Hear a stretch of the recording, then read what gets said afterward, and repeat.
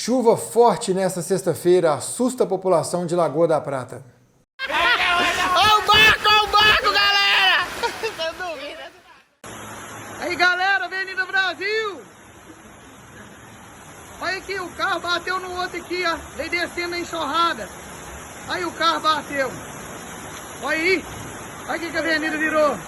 Segundo especialistas, o mês de fevereiro já acumulou até agora 74 milímetros de chuva, sendo que a média histórica é de 195 milímetros em 28 dias. Fazendo a divisão dá cerca de 7 milímetros por dia.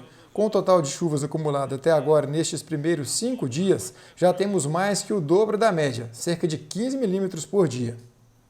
Em janeiro de 2021, choveram 79 milímetros contra 310 milímetros na média histórica. No ano de 2020, o total de chuvas alcançou a marca de 1.263 milímetros, abaixo da média histórica, que é de 1.450, considerando a medição nos últimos 34 anos. Ah, esse aqui não para não. Bom dia! Hoje é sábado, 6 de fevereiro de 2021. Autoridades discutem violência doméstica contra mulheres em Lagoa da Prata. 181 foi o número de ocorrências registradas pela Polícia Militar de Lagoa da Prata de setembro de 2020 a janeiro de 2021, referente à violência sofrida por mulheres. Polícia Militar faz a escolta de mais um lote de vacinas contra a Covid-19. Operação visa prevenir explosão de caixa eletrônica na região. Feriado de Carnaval cancelado. Prefeitura decreta dias úteis no período. Em questão do Carnaval, enquanto cidade, a praça de eventos, ele está cancelado. Saúde e motivação. Alencar de Castro revela segredos para emagrecer. Tendências e estilo. Dicas para você cuidar do mullet quando for à praia ou à piscina. Casa do fundador de Lagoa da Prata poderá ser finalmente reformada. Prefeitura diz que já tem o recurso, falta a justiça devolver o prédio. E ele fez a casa dele aqui usando adobe nas paredes externas e nas internas pau a pique. Era um casarão, que é exatamente esse aí, o tamanho. E eu achava estranho como é que eles não tinham medo de morar numa casa mal assombrada. Porque a gente achava que tinha era essa assombrado. história de que era mal assombrado? Sim, todo mundo achava que era casa mal assombrada. Quando o Rui Amorim ganhou como prefeito, o doutor Cid, é um absurdo, não pode deixar essa casa caindo assim, vamos comprar de novo do Luciano. O Rui Amorim comprou, aí o doutor Cid teve a ideia de fazer um museu. 2 imóveis que davam muito custo, né? Sem dinheiro para uma reforma aqui e virando algo inútil, né? Algo até perigoso, o que está acontecendo agora, que a gente não conseguia manter. A pretensão da Secretaria, junto a vários segmentos da cultura e junto ao Conselho Municipal de Cultura, é que ocupe essa grande casa histórica de Lagoa da Prata com atividades culturais. Confira no programa de hoje uma matéria especial sobre o museu. Eu sou Júnior Nogueira e esse é o programa de sábado. Eu sou o Robson Moraes. Vem com a gente!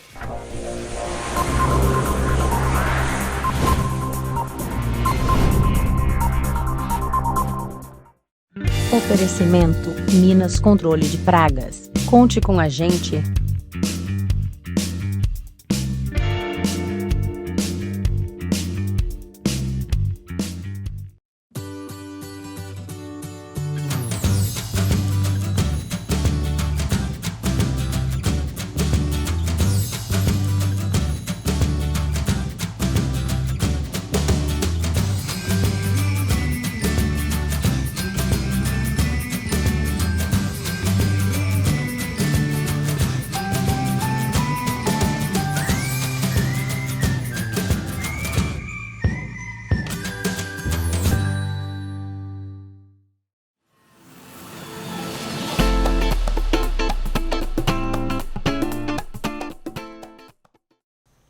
Autoridades discutem violência doméstica contra a mulher em Lagoa da Prata. Seminário reuniu diversas autoridades esta semana para tratar do assunto em Lagoa da Prata. A reportagem é de Adriano Santos. Pois é, Júnior. Histórias que não são contadas, relatos que muitas das vezes não são ouvidos E esses fatos, na maioria das vezes, lamentavelmente, terminam com mortes. Essa é a realidade que mulheres ainda vivem nesse nosso tempo contemporâneo.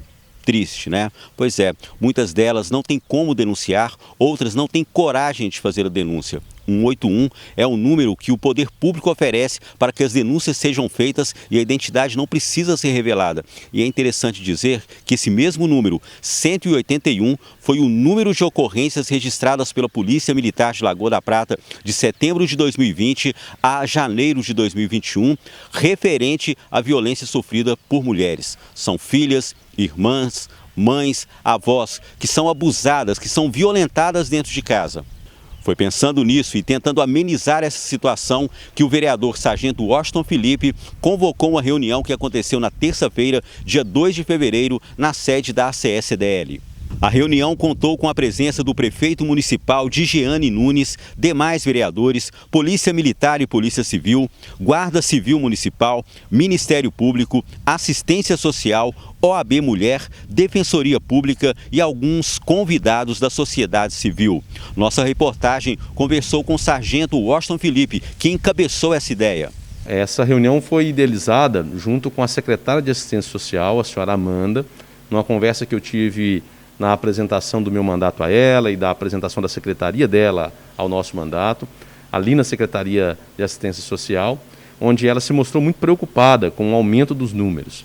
Logo após isso, eu fiz um trabalho de formiguinha, de contactar autoridade por autoridade, numa conversa, numa chamada para a resolução desse problema, e nesse olho a olho, nesse tete a tete, a gente foi enxergando as dificuldades, a atuação de cada órgão, e culminou nessa congregação de esforços que temos aqui hoje para a resolução desse problema. De hoje, a gente vai sair daqui com uma tempestade de sugestões, de ideias. A gente vai alinhar essas sugestões e essas ideias e criar uma pauta para o ano todo, de maneira que uma vez por mês nós vamos analisar os números, o decréscimo, se Deus quiser, ou o acréscimo, para a nossa infelicidade, né? Vai depender da colocação em prática das ações que aqui forem discutidas, e caminhar passo a passo com isso. E aí, assim, a gente vai envolver a sociedade civil, envolver os órgãos empresariais, o terceiro setor, né, cobrar ações do poder público e caminhar para que a problemática seja melhor entendida e melhor resolvida com as ações propostas. O prefeito Digiane Nunes reafirmou o compromisso do Poder Executivo na luta contra a violência sofrida pelas mulheres em Lagoa da Prata. A primeira reunião que eu tive, ainda antes de tomar posse como prefeito, com o juiz Dr. Islon, ele conversando a respeito das secretarias e tal, quando ele chegou na Secretaria de Assistência Social, ele colocou o tanto que era preocupante para ele o aumento dos casos, né, envolvendo violência doméstica em Lagoa da Prata. E ele queria uma reunião com a nossa assistência social justamente para poder mostrar isso. E a nossa Amanda, assistência social, está bem engajada e já vai fazer o uso da palavra ali agora há pouco para mostrar, né, para a reunião em si, o que temos para apresentar para poder minimizar isso.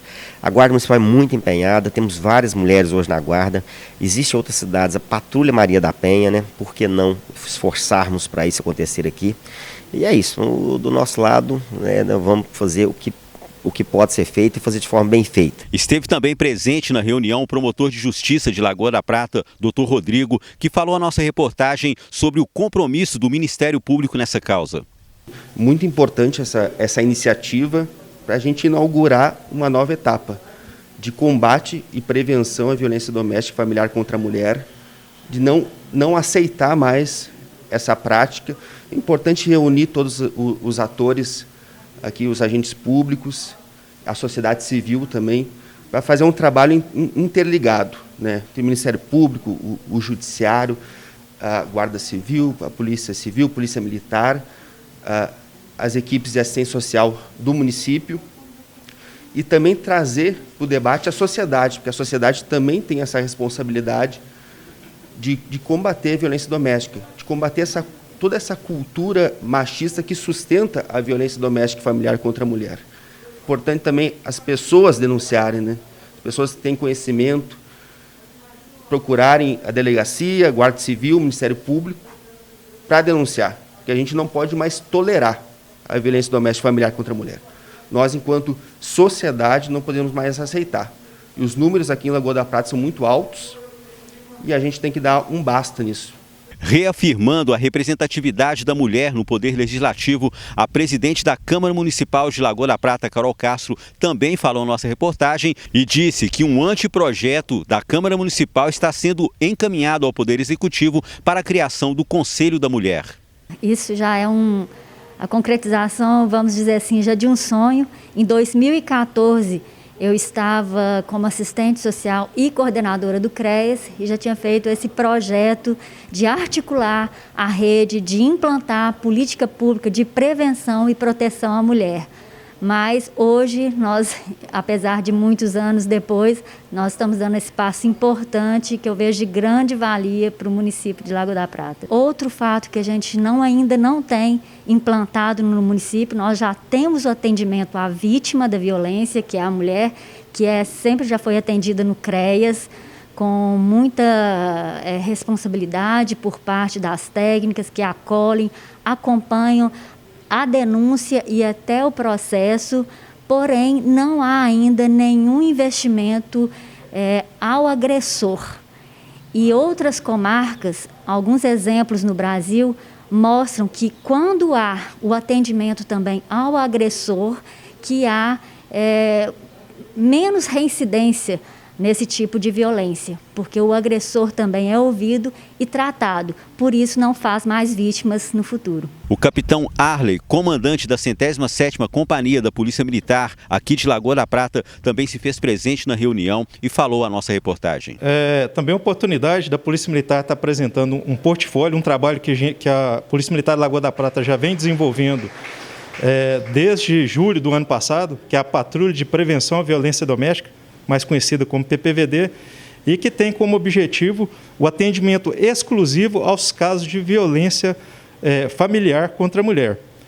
Essa patrulha é uma patrulha especializada, que tem uma formação específica para o atendimento desses casos, e essa patrulha ela tem o propósito de dar continuidade àquele atendimento primário, que é aquele atendimento ali do momento de conflito, que uma guarnição chega no local e depara com a situação acontecendo, e com o evento em andamento, em que você tem que tomar aquela providência ali de acolhimento, de atendimento à vítima e às vezes até um atendimento de condução e até a prisão do autor e posteriormente essa patrulha, ela avaliando a situação, aqueles casos de maior gravidade, maior reincidência, ela atua no acompanhamento, no monitoramento tanto da vítima como do autor, prestando o atendimento necessário aos dois envolvidos. Essa patrulha ela é formada, inclusive, por uma policial feminina, justamente para estreitar esse laço ali da policial com a vítima, e o envolvimento, a parceria, a integração de todos esses atores e de todos esses segmentos aí,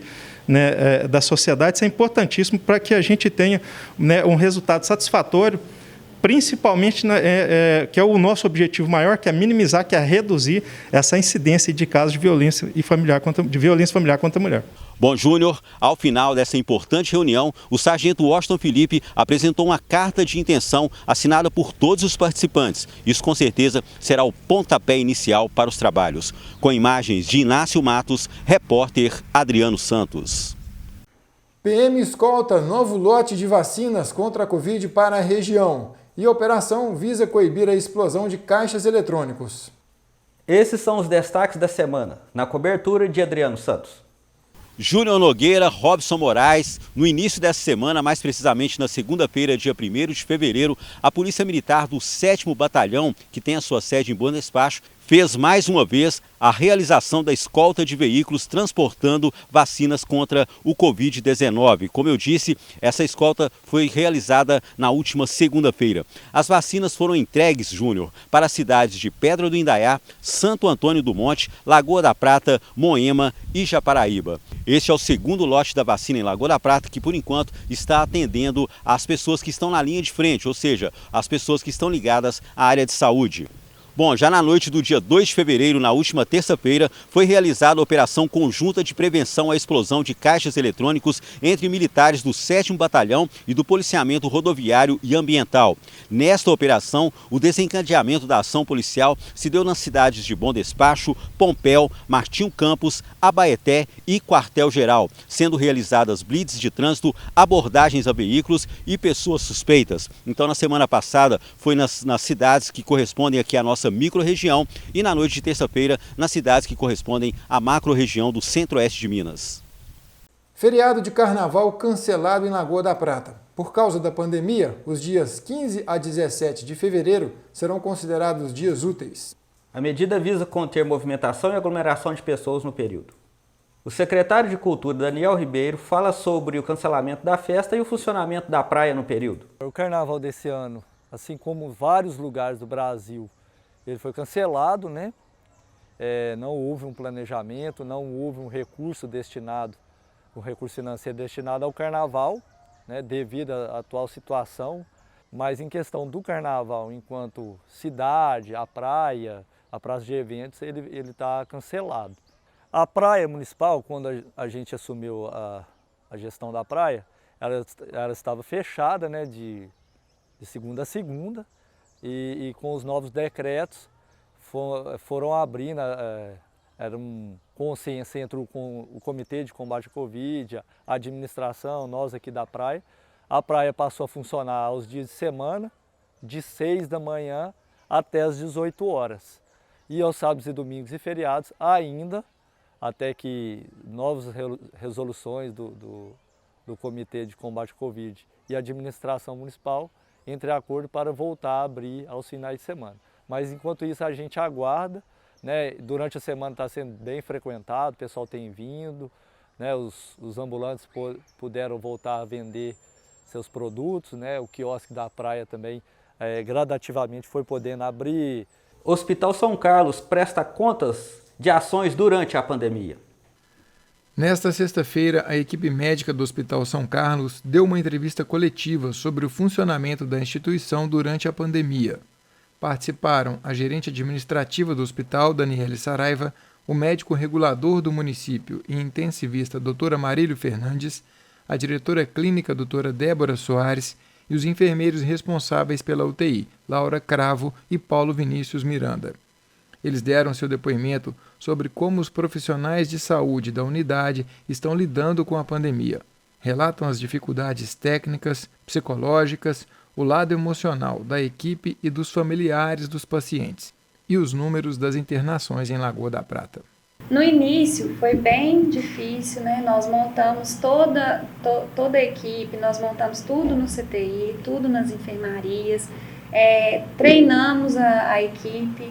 E foi bem difícil porque é uma doença nova, né? Então a gente tratou e foi também aprendendo. Até hoje nós mudamos protocolos, até hoje nós adequamos a equipe, adequamos todo o equipamento do CTI, tanto do CTI quanto de enfermaria, para tentar melhor atender esses pacientes. Então realmente foi uma fase muito difícil que muitas pessoas chegaram a piorar questões psicológicas, né? Realmente foi uma fase difícil, mas que nós estamos conseguindo conviver e nós estamos conseguindo sobressair. A gente ficou como referência na nossa região, fomos o único hospital da macro que ficou exclusivamente com tratamento de Covid, né?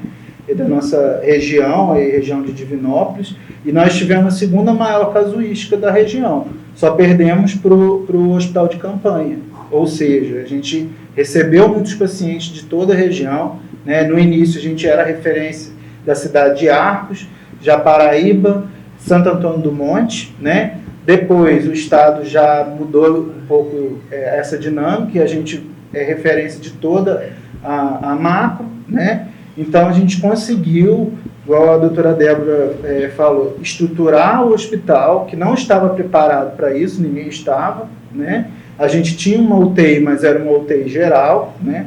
E a gente transformou uma UTI só para Covid, a princípio, para 10 leitos, depois para 17 leitos de Covid, né? E agora temos 20 leitos, 10 de Covid e 10 não Covid. Então foi toda uma estruturação, montamos protocolos, baseados nos protocolos do Ministério da Saúde, nos protocolos da AMIB, né, que é a Associação de Medicina Intensiva Brasileira, para a gente justamente seguir o que tem melhor e tentar oferecer o melhor, lógico, dentro das nossas possibilidades aqui do tratamento. Por se tratar de SUS, a gente sabe que a gente tem muitas limitações, mas mesmo com essas limitações, a gente teve resultados muito positivos.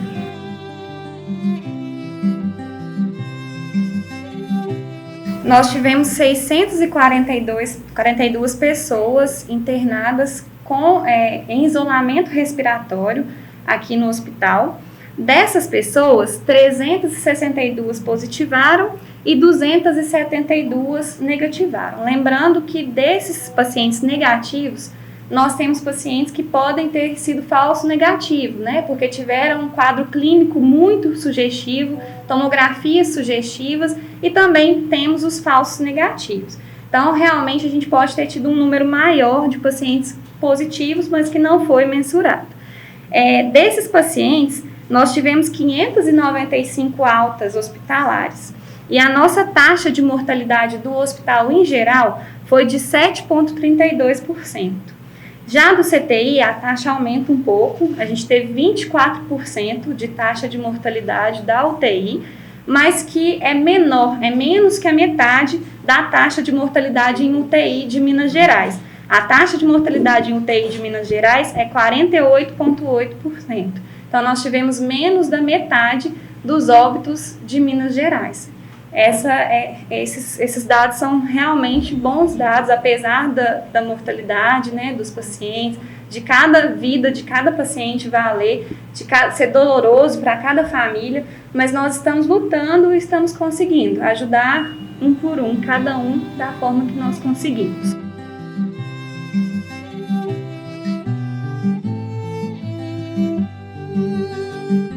Todo mundo, quando é acometido pela doença, vem junto muitas incertezas, um baú de incertezas na cabeça de cada um. A gente também passa por isso, a gente também sofre junto com os familiares, né? Mesmo porque, por se tratar de uma doença nova, muito grave, mudou muito a nossa dinâmica. Às vezes a gente estava com o paciente estável na parte da manhã, à noite já estava no CTI e sendo entubado.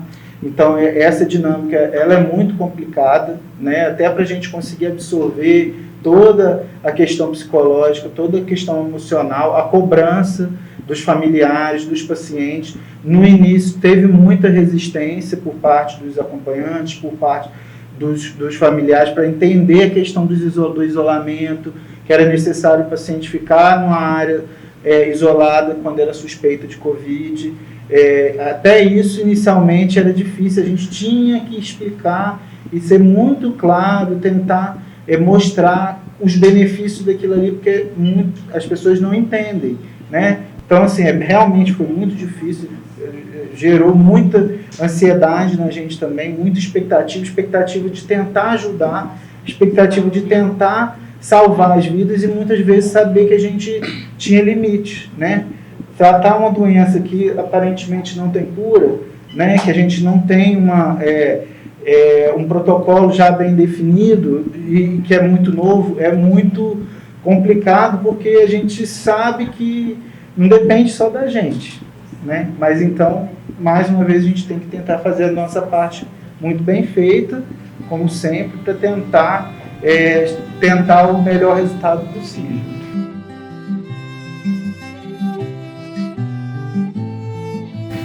Eu tenho percebido que o maior sofrimento das famílias é não poder ver seus parentes, não poder acompanhar seus parentes nessa fase. Na fase que o paciente está internado, principalmente em UTI, porque é uma UTI de isolamento respiratório. Então, a gente tem uma responsabilidade que o acompanhante também, existe um risco para ele entrar ali, né? Se para nós profissionais de saúde, que já sabemos nos paramentar, que já lidamos com isso já tem um ano, já é um risco.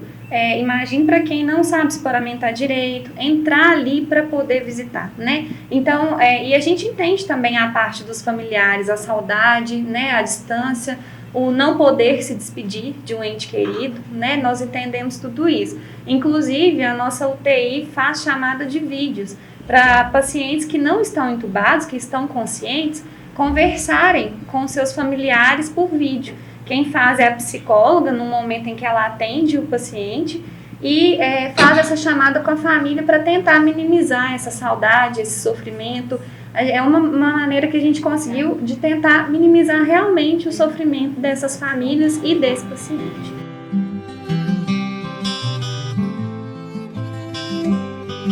Essa questão é uma questão muito complicada, né?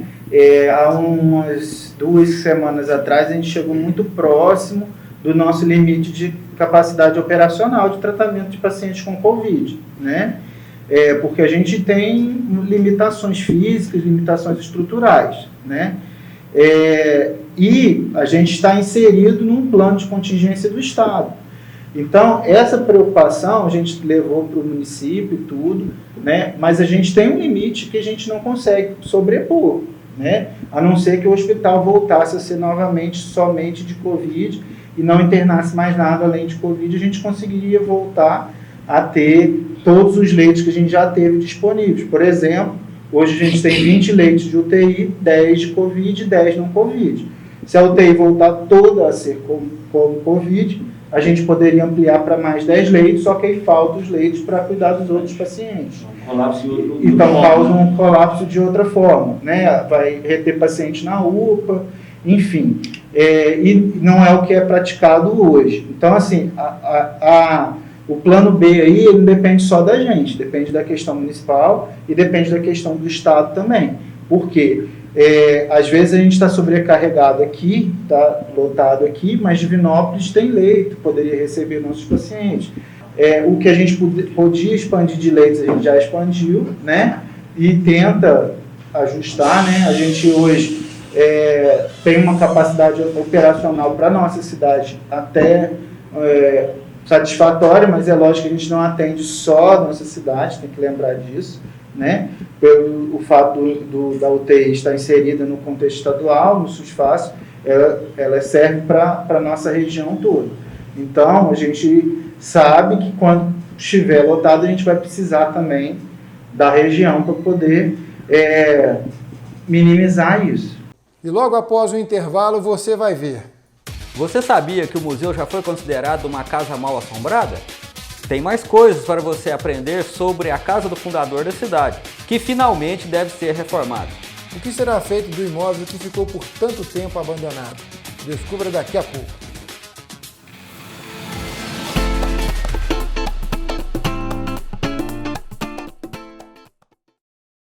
Oferecimento Minas Controle de Pragas. Conte com a gente.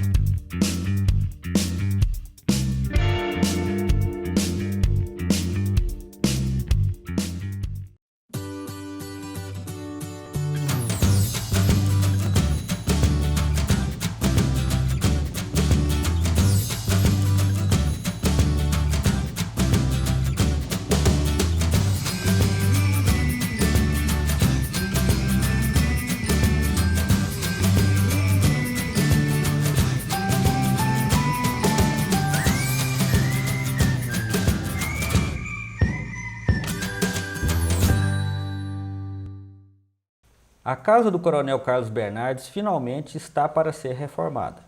Depois de muitos anos e muitas tentativas de recuperação, o imóvel que abrigou a primeira família de Lagoa da Prata, hoje conhecido como museu, vai receber atenção do poder público. A casa foi construída em 1875 e chegou a abrigar escravos em seu porão. O arquiteto Carlos Brasil Guadalupe, o Lalinho, nos contou um pouco da história do coronel, de como ele veio parar aqui e acabou dando início à história de Lagoa da Prata. Lalinho, conta pra gente um pouco da história do museu. O Coronel Carlos Bernardes ele era parente do Francisco Bernardes. Francisco era tio dele, e esse Francisco que era o pai da Alexandrina que o coronel casou. Quando ele ficou sabendo que o Francisco morreu, não sei a data certa, 1800 e sei lá o quê, ele ficou viúvo também lá em Carmo da Mata. A mulher dele morreu no parto.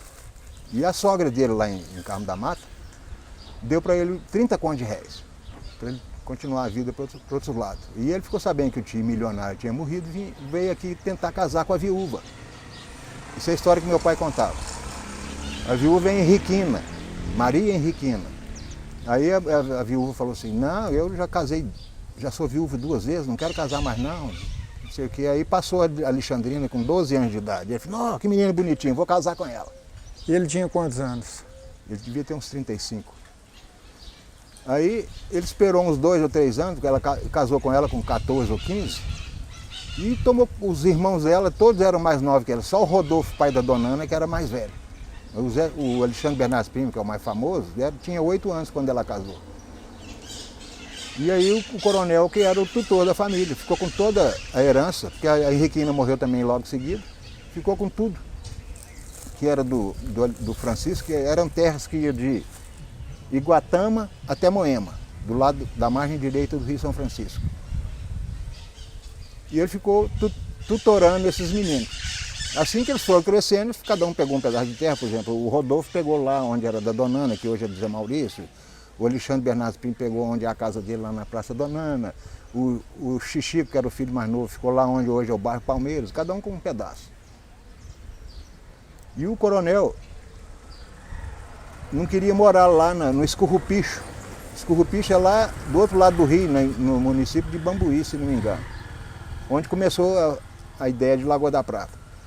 O que ele fez? Ele demoliu a casa do sogro dele e trouxe as madeiras mais importantes e veio construir aqui nesse lugar, com as madeiras antigas da demolição da casa de lá. E aí usou um bocado de material daqui. Eu lembro quando caiu o museu, as paredes internas tinham buriti, pau a pique feito de casca de buriti. Aqui devia ser cheio de buriti, né? Imagina, lagoa, brejão, tudo cheio de buriti. E ele fez a casa dele aqui usando adobe nas paredes externas e nas internas pau a pique. Era um casarão, que é exatamente esse aí, o tamanho, 420 metros quadrados mais ou menos a área num andar, e debaixo da casa tinha o porão onde moravam os escravos, onde dormiam, era senzala, onde dormiam os escravos. Essa casa foi construída em 1875 e a escravidão acabou em 1888. Quer dizer, teve 13 anos de escravidão aqui nessa casa. Bom, assim que o coronel morreu em 1900, exatamente no Réveillon de 999 para 800, ele morreu. Aí a Alexandrina ficou viúva morando com os meninos aqui. E ela veio morrer em 1930, 30 anos depois dele. E essa casa ficou a casa dos Bernardes. Foram morrendo, os Bernardes foi passando de parente para parente até chegar na vez da minha sogra. Minha sogra é filha da Dona Maricas, que era a filha mais nova da Dona Alexandrina, do coronel. E acabou o Chiquinho, que era o filho mais novo, não, era o filho mais novo, mas a filha mais nova era a Maricas, o Chiquinho era o filho mais novo. Herdou essa casa. Acabou passando para Maricas, e quem veio morar aqui? A minha sogra, Dona Maria Helena, em 1960, eu ajudei a fazer a mudança para cá. E eu achava estranho como é que eles não tinham medo de morar numa casa mal assombrada. Porque a gente achava que tinha era essa assombrado. história de que era mal assombrado? Tinha, todo mundo achava que era casa mal assombrada, sem mais horroroso. Mas ela... Aí eu ajudei a fazer, eu tinha 10 anos de idade, já era amigo da família. E a família do Sr. Arthur morou aqui uns 10 anos. Depois ele perdeu a política para o Dudu tirou ele daqui. Aí veio vender para o doutor Luciano, Luciano depenou a casa, tirou tudo que interessava. Até os móveis que tinha aí da sala, que era de palhinha, feitos lá na Áustria, sumiu tudo.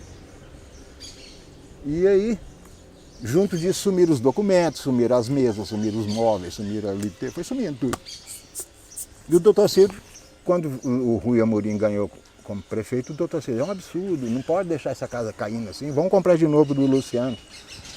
O Rui Amorim comprou, aí o doutor Ciro teve a ideia de fazer um museu, muito desajeitado, porque é grande demais, aí começou a colocar até coisa de futebol, coisa de... não tem nada a ver com a casa. Foi interessante que muita gente visitava, mas não era uma coisa muito bem feita. E outra coisa, essa casa não podia ser toda um museu, 800 metros quadrados de museu. Tinha que ser mais bem aproveitado. Foi quando ficou abandonada praticamente e a prefeitura não sabia o que fazer com aquilo, nem tinha fundos para arrumar. Aí o Lucão sugeriu fazer a Futura, uma fundação para cuidar disso, desse museu. E aí passou o museu para a Futura. E a Futura nunca teve condições de conseguir dinheiro. Aí o Paulinho era doido para acabar com a Futura, acabou com ela, pronto. O ex-prefeito. O ex-prefeito. E agora nós estamos na nova fase, com o Digiano, vamos ver o que a gente pode fazer para melhorar essa praça, de dar mais vida para isso aqui. Depois de ser vendido a um particular e recomprado pela prefeitura, o imóvel do museu passou a pertencer à Futura, Fundação de Cultura e Turismo. A entidade criada do governo do ex-prefeito Lucas Rezende, o Lucão, também ficou responsável pela estação ferroviária, onde chegou a funcionar até 2016. Hoje, a fundação está em processo de extinção para que os imóveis retornem ao município. Lucas, você foi o último presidente da Futura, Fundação de Cultura e Turismo, que era responsável pelo museu. O que aconteceu com a fundação? Bom, eu peguei a presidência da Futura em 2012. Foi uma época que a gente sondou e realmente não tinha muito interesse. A fundação já estava muito capenga, muito sem recurso, tinha um funcionário responsável por cuidar do museu, da estação, que já eram 2 imóveis que davam muito custo, né, sem dinheiro para uma reforma aqui, e virando algo inútil, né, algo até perigoso, o que está acontecendo agora, que a gente não conseguia manter. E no final de 2016, que foi quando a prefeitura cortou a verba da fundação, teve a mudança do marco regulatório e a gente não se adequava às regras do marco regulatório, mas a fundação não precisava de entrar no marco regulatório para ser uma fundação de interesse público, não de interesse social. Ela foi criada pela prefeitura. Mas não conseguimos reverter a situação de voltar ao subsídio, que era cerca de R$49 mil por ano. 49 mil por ano? Por ano. Dava uns R$4 mil por mês, que contemplava o salário do superintendente e mais material escolar, divulgação, internet, toda a manutenção que a gente dava, né? Sempre dava uma pintura, tinha que lavar sempre, tinha alguém para tomar conta de algumas coisas. Então, assim, era um dinheiro contadinho, não tinha como a gente fazer nada além disso. Na verdade, até faltava muita coisa, a gente recebia muita doação.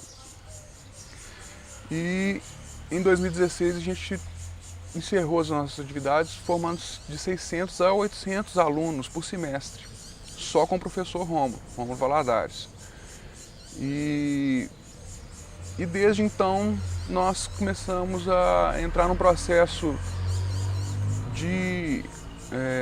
ficamos devendo os documentos de prestação de contas, apesar de estar tudo regulado, e nos enrolamos desde então. Tivemos problema com cartório, burocracia de sempre. Vai e volta estatuto, vai e volta prestação de contas.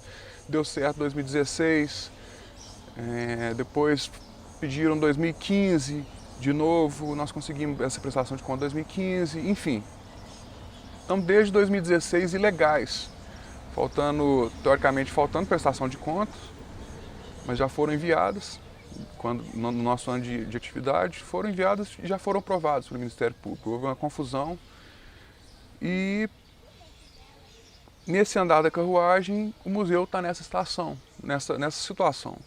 Então é tudo um jogo político, as forças por trás, o cabo logicamente arrebenta para o lado mais fraco, né? Mas verdades aparecem. As prestações de contas estão todas aí. Nosso trabalho com a criançada foi inegável, teve uma repercussão muito legal. A gente contemplava escolas, a gente começou um programa de conscientização social, de ocupação de praças, que foi o ECULT. A partir do ECULT, na verdade, que começou a gerar todo um mal-estar entre a prefeitura e os integrantes da fundação. Esses integrantes eram o pessoal do Ecult, estava muito ligado nos movimentos da fundação. E o prefeito sempre querendo, barrava até o último minuto a realização do evento, tanto ele quanto o secretário, o Ricardo. E aí chegava na hora, queria tirar foto, isso foi uma, duas, três, na quarta vez, no quarto Ecult, o pessoal já estava saindo correndo do prefeito, porque achava muito ruim essa visibilidade que ele queria ter forçado em cima de um negócio que ele nunca apoiou, que ele sempre fez birra, na verdade, fizeram birra. Então, a partir daí, começou a gerar esse mal-estar, eu escutei de uma pessoa até de dentro da secretaria falando assim, olha, eu ouvi o secretário batendo na mesa falando que nós vamos fechar a Futura. E fica um mistério, né? Por que será fechar a Futura? A gente atendia esse tanto de criança, o meu cargo não é remunerado, do Rômulo, o Rômulo ganhava um salário e meio para tomar conta disso tudo. Era uma coisa assim, por que essa implicância? De acordo com o Tatal, que foi secretário de Cultura em 2020, a devolução do imóvel e um acerto com os moradores do entorno foram os últimos passos para a solução da situação. O imóvel não era da prefeitura. Ele deveria retornar para o município para que assim pudesse ser feita a reforma. E também havia um distanciamento dos moradores, né, com a própria administração de qual rumo tomaria todo aquele projeto de reforma dali. Então o que nós fizemos foi, inicialmente, tentar resolver essa questão jurídica, né, com apoio, né, dos promotores, dos juízes da época, e também nos aproximamos dos moradores, onde, depois de muitas reuniões, entendemos o devido desejo deles, né? E, diante disso, buscamos recurso e, ao final do ano, conseguimos, né, deixar a secretaria com praticamente R$1.100.000 separados para a aplicação da reforma do museu. Essa questão jurídica praticamente solucionada, né? E um projeto que foi feito de acordo com aquilo que os moradores pediram, né? O atual secretário, Daniel Ribeiro, confirmou os recursos e explicou como deve ser feita a reforma do museu. A Câmara Municipal, através da presidente da Câmara Municipal do mandato passado, passou de R$300 mil para a Secretaria de Cultura, para a Prefeitura. Mais R$300 mil foram de alguma suplementação, mais R$500 mil para a ficha orçamentária desse ano. Então, um total de R$1.100.000. É necessário para que conclua toda a obra? Não. Segundo a arquiteta, a obra fica em torno, a obra completa da praça e do museu é de R$1,5 milhão. Já existe um projeto que já foi aprovado pelo Conselho.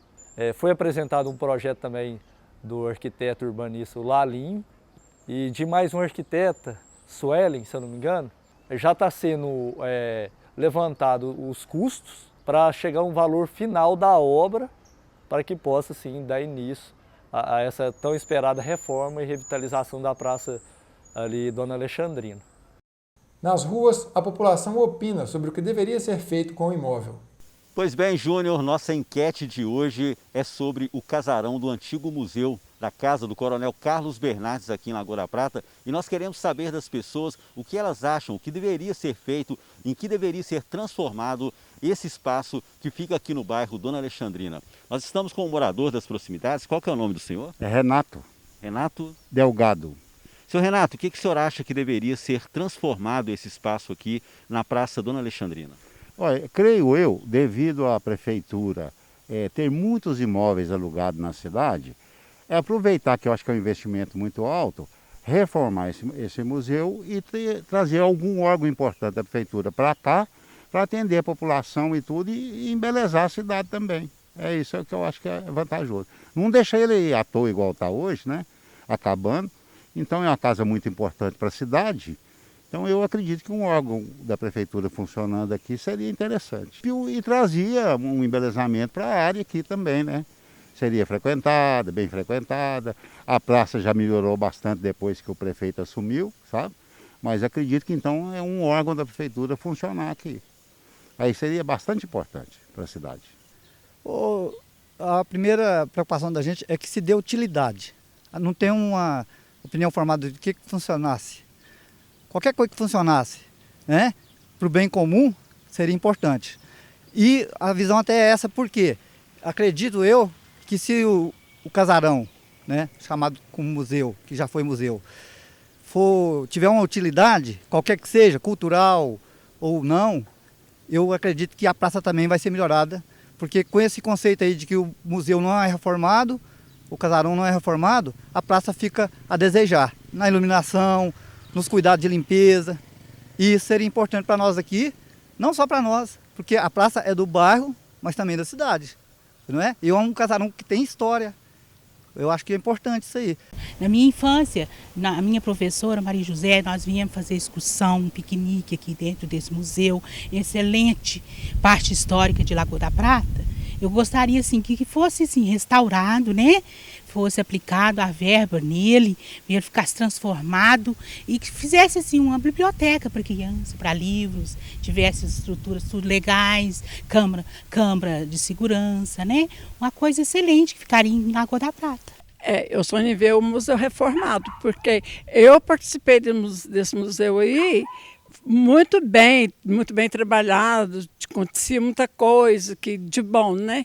E agora, depois o museu caiu, ao invés de eles reformar ele, só levantou ele e largou. Aí tem tudo de ruim, né? Antigamente os maconheiros não saíam daqui de dentro. Então eu sonho ver a pracinha mais bem arrumada e o museu reformado, porque então destruído de tudo. Né, tem duas opções, ou reformar ele para ele ficar bonito, ou por outra, demolir ele, fazer qualquer coisa, mas menos o museu, que já não é museu mais. Diante do que representa o casarão para nós, moradores, nós sonhamos assim, com um projeto de funcionalidade, acabar com esse desprezo, acabar com essa visão de um casarão abandonado e dar a ele funcionalidade e manter a praça organizada e limpa, entendeu? Esse é o nosso sonho. Nós conversamos com os autores dos 2 projetos citados pelo secretário de Cultura. Lalinho é autor de um deles e a sua proposta divide a casa em 2 andares. Muita gente, muitos arquitetos aqui da Lagoa, arquitetas principalmente, já fizeram anteprojetos sobre a reforma da casa. Como é que seria? Como todos sabem, hoje lá dentro não tem nada. Só tem a árvore que data da fundação da casa e a casca de fora. Então eu fiz um projeto há muito tempo, uns 10 ou 12 anos atrás, que contemplava a casa, aliás, fazia a casa em 2 andares, 2 níveis. A parte de baixo seria a parte mais funcional, mais do dia a dia. Seria o quê? Um auditório, uma área para artes plásticas e uma outra área para música fechada, tudo moderno, tudo com vidro, com eletrônico, com ventilação forçada, com luz elétrica. E tudo separado, de forma que você pode usar um por um, separados.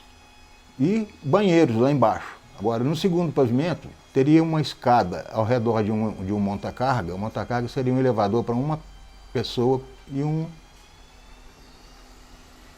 cadeirante. E isso, lá em cima, teria acesso também pela parte da frente e pela parte de trás, que é onde antigamente tinha uma entrada lá pelos fundos, aí entrava pela cozinha da casa, virado lá para a usina. E no andar de cima, o que eu bolei? Na hora que você acaba de entrar da varanda à esquerda, teria a sala da Futura, ou a sala da administração do prédio. E à direita seria a sala da Cadelp, Academia de Letras de Lagoa da Prata. E em cima do auditório, do lado esquerdo, seria arquivo público, que seria uma espécie de museu onde seriam arquivados documentos, fotografias antigas, pequenos objetos de gente histórica da cidade. E seria uma coisa que não seria fixa, não seria mudada. De vez em quando você estava mudando as peças, mudando um troço dinâmico.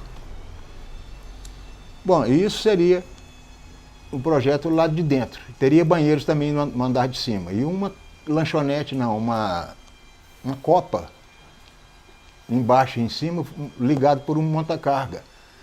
Que você põe as coisas aqui, leva lá para cima, eu ponho de lá e traço aqui para baixo.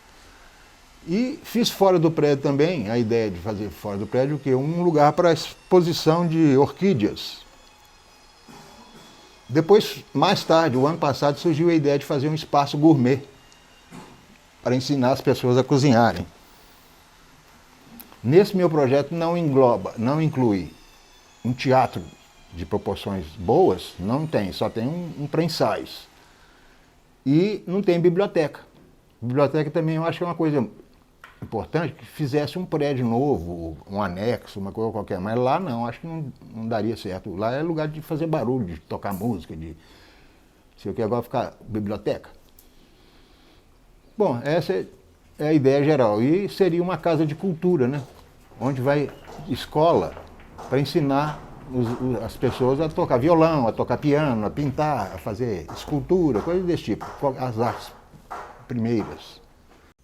A arquiteta Thaisa Amorim explicou o projeto da Secretaria de Obras, que contempla um salão único com mais espaço para abrigar as manifestações culturais.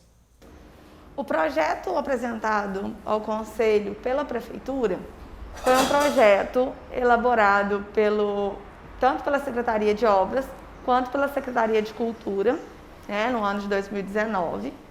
A gente sentou e estipulamos o que a gente conseguiria executar no imóvel. Por ser um imóvel tombado, a gente não consegue criar qualquer coisa lá dentro, a gente tem umas regras que devem ser seguidas. E aí a gente olhou o que a gente precisava executar no imóvel para garantir a funcionalidade do espaço e garantir a estruturação dele, quanto dar uso o mais rápido possível. E aí a gente chegou naquele projeto. O espaço aberto, primeiro foi porque a gente ia conseguir atender a maior gama possível de eventos dentro do espaço. Então a Secretaria de Cultura vai poder disponibilizar ele para mais tipos de eventos, porque aí o evento em si vai montar a estrutura que ele precisa lá dentro. E segundo ponto foi financeiro mesmo. Porque como lá a gente não pode modificar os tipos de materiais que são usados, e são materiais que são mais caros, por exemplo, esquadria de madeira, que obrigatoriamente lá tem que ser tudo esquadria de madeira, ela é mais cara para poder a prefeitura comprar. Então, como a gente trabalha com um limite de dinheiro, a gente não, para poder conseguir fazer o mais rápido possível, a gente olhou qual o maior benefício que a cidade teria. Como o museu é um imóvel tombado, não é só o responsável pela pasta que define o projeto que vai ser feito. O Conselho de Cultura precisa aprovar o projeto. Então, o Conselho autorizou a execução dele no final do ano passado e agora ele está na fila para a elaboração do cronograma, da planilha, para a execução do projeto estrutural que vai ter que ser feito por causa do telhado. Então ele está na fila de execução ali. Somente após esse trabalho que a gente vai ter um valor real da obra, que vai ser contratado. Em torno de 900 a 1 milhão de reais. A escolha do projeto vencedor, e eu não digo nem que escolha, porque eu acho que ainda está uma análise final, é levada ao Conselho de Cultura, onde foi montada uma comissão para analisar o mais viável devido à necessidade do início das obras. O museu já teve uma época que começou a cair o telhado, pondo moradores em risco ali da região, fora a depredação. Então foi feita uma reforma no passado e voltou novamente a ser depedrado e as pessoas invadirem e o telhado também a ceder novamente. Então, devido a essa necessidade, se escolheu pelo projeto que sairia mais em conta, que no caso foi o da Prefeitura, mas eu deixei até ressalvas no Conselho para que analisasse melhor os outros projetos, com a questão também de ter uma armação para um segundo piso, por exemplo, que é a ideia do Lalinho, e eu acho muito importante reavaliar essa questão, devido a que ter a necessidade de chegar um momento das atividades não couberem ali mais, de ter um segundo pavimento. Não fazê-lo agora, né, esse segundo pavimento, mas que deixe armado para esse segundo pavimento. A pretensão da Secretaria, junto a vários segmentos da cultura e junto ao Conselho Municipal de Cultura, é que ocupe essa grande casa histórica de Lagoa da Prata com atividades culturais, com a grade de horários que possa atender os grupos culturais, com ensaios, com mostra das suas atividades e também um local de encontro de autoridades, de uso para reuniões, né? E além do museu e também a praça poder receber as devidas modificações e melhores. E esse foi mais um programa de sábado. Informação e entretenimento no fim de semana. Nosso muito obrigado a todos que estiveram conosco e nos ajudaram a produzir esse programa. Lembrando que agora às 11 horas da manhã estreia na Rádio Tropical um novo programa de debate com o nosso amigo Adriano Santos, Tropical em Debate. Um ótimo final de semana a todos e não se esqueça de curtir e compartilhar o nosso vídeo nas redes sociais. Um grande abraço a todos!